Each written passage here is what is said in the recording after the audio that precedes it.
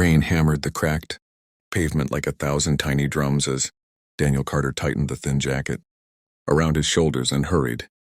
His daughter across the dimly lit bus terminal. 8-year-old Lily clutched his hand with cold fingers, her pink backpack bouncing against her back, the cartoon unicorn on it now stained with splashes of muddy water. Daniel had worked a double shift at the warehouse, loading boxes until his arms burned and his back felt like it might split. But overtime was overtime, and overtime meant groceries, school shoes, and rent paid on time. Since Lily's mother passed away 2 years ago, Daniel had learned to survive on exhaustion and stubborn hope. He smiled down at Lily, forcing cheer into his voice. "Almost home, Peanut. Hot noodles waiting." Lily nodded, though her eyes drifted nervously across the shadowy corners of the terminal. The city wasn't kind at night. Sirens wailed far away, neon signs flickered, and strangers moved with hurried faces. As they passed a row of closed shops, Lily suddenly stopped. Her grip tightened, her small body trembling. "Daddy," she whispered urgently, tugging at his sleeve, her eyes wide and shining with fear. "Please help her." Daniel followed her gaze. Near the far wall, under a broken streetlight, a young woman was crouched on the ground, her purse spilled open, papers and coins scattered like fallen leaves. 2 men loomed over her. One was tall with a shaved head and a leather jacket, the other shorter but broad, his knuckles wrapped in tape. They were laughing, mocking, circling her like wolves. The woman raised her arms defensively, crying out, her voice barely carrying over the rain. Daniel felt a cold weight settle in his chest. He had promised himself he would avoid trouble. Lily was all that mattered now. But as he saw the terror in the woman's eyes, something deeper than fear rose inside him. Lily tugged again, her voice cracking. "Daddy, please." "She's scared." Daniel knelt quickly, meeting his daughter's eyes. "Stay right here," he said softly, steadying his voice. "Don't move. If anything happens, run inside the terminal and find a guard."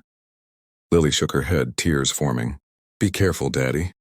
He kissed her forehead, then stood and walked toward the men, his boots splashing through puddles. His heart pounded, but his steps were firm. "Hey!" Daniel called out, loud enough to cut through the rain. "Back off.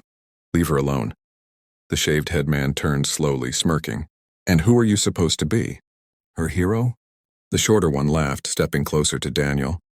"Beat it, old man. This doesn't concern you." Daniel planted his feet. "It concerns me when 2 cowards corner a woman."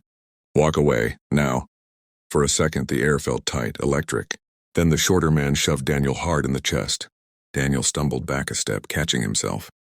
The woman screamed. Lily gasped from behind him. Something snapped inside Daniel.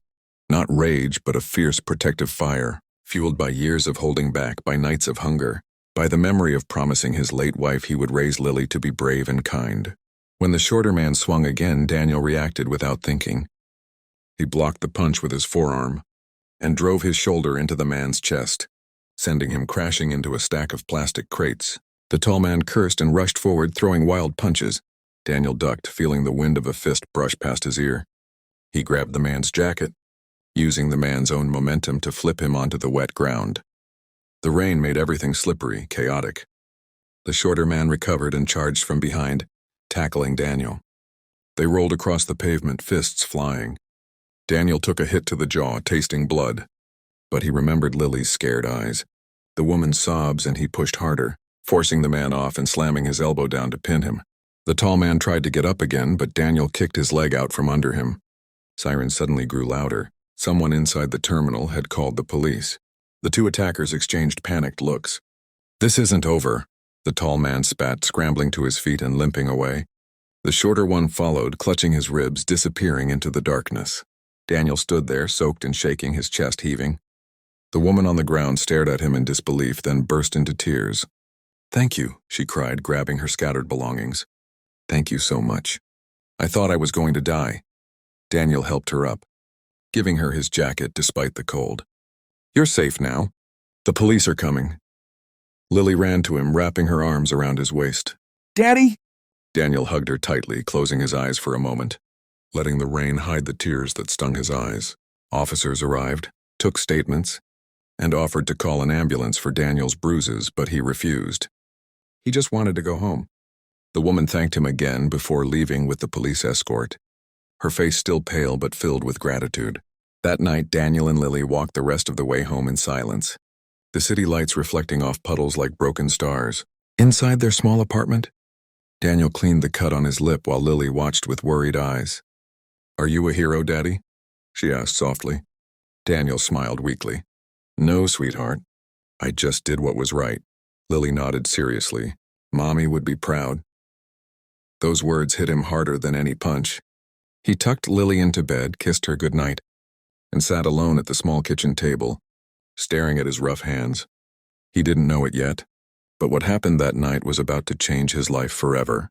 Across the city, in a towering glass building that touched the clouds, a powerful CEO named Marcus Whitmore received a late-night call. His voice turned cold with urgency as he listened. The woman Daniel had saved was his younger sister, and by morning, Marcus Whitmore would be searching for the mysterious single father who stood up when no one else did. If you're enjoying this powerful story so far and want to see what happens next when the CEO comes looking for the single dad, don't forget to subscribe to the channel, like this video, and turn on notifications so you never miss an emotional, life-changing story like this one.